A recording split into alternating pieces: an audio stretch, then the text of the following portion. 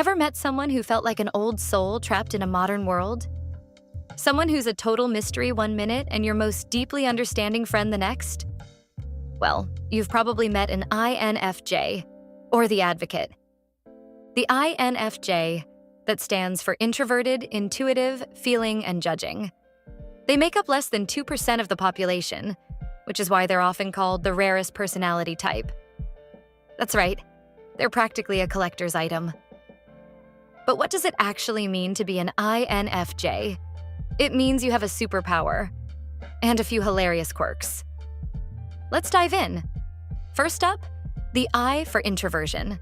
Now, don't picture the INFJ living in a cave, only communicating via smoke signals. They do love people, but they recharge in solitude. They're the ones at the party who have a great time, are genuinely listening to everyone's life stories, but are secretly calculating exactly when they can politely vanish. Their internal dialogue is probably something like, "Wow, I love this deep conversation. I've solved 3 of this person's life problems. Okay, time to go home and lie in a dark room for 72 hours to recover." They might look like an extrovert in a small, meaningful group, but that's just their auxiliary function. Extroverted feeling, doing some serious emotional heavy lifting. It's their social chameleon suit, designed for gathering harmony and understanding the vibe. But trust me, once the door closes, that suit gets tossed in a corner, and the real introvert comes out for some much-needed silence. Now, for the real depth of the INFJ, the N for intuition is dominant. This isn't just a gut feeling, it's an all-encompassing insight.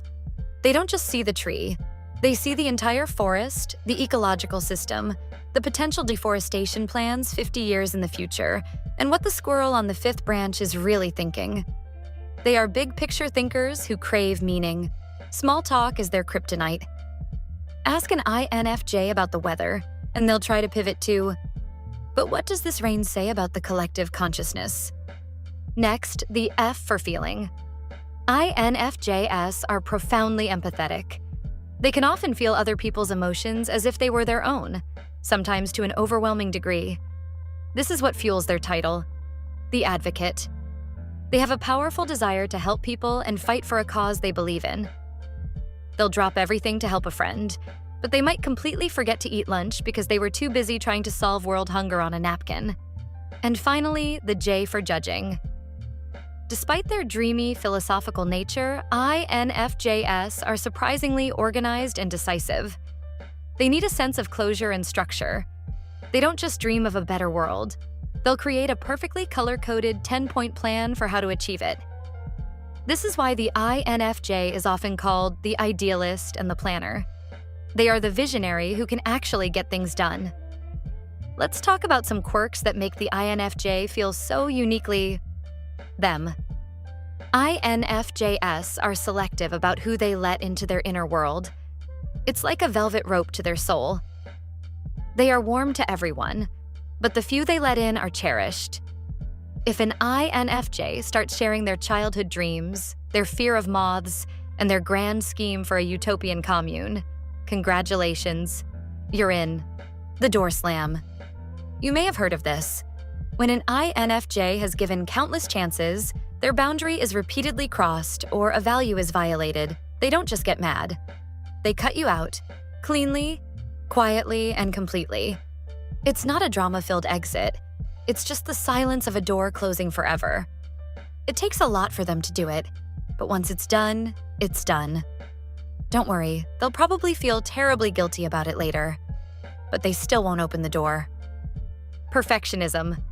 The INFJ's biggest critic is usually the person in the mirror. They can be perfectionists who agonize over every tiny detail. They're that student who got an A- and spent the weekend staring at the ceiling, replaying the moment they chose the wrong semicolon. Their combination of deep empathy and private processing can sometimes lead to them feeling like an outsider looking in, constantly understanding others but rarely feeling fully understood themselves. It's a lonely club, but a deeply loyal one. So, the INFJ is a beautiful paradox. A quiet introvert with a fiery passion for justice. They are the friends who will sit with you in silence, know exactly what you need without you saying a word, and then send you a 6-page essay on how you can achieve your full potential. They're here to make the world a more compassionate, authentic, and meaningful place.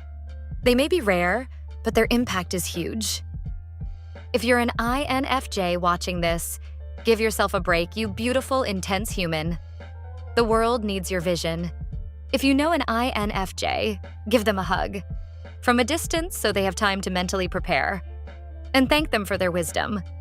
If you found this video useful, then drop a like and stick around for breakdowns of the other Myers-Briggs types.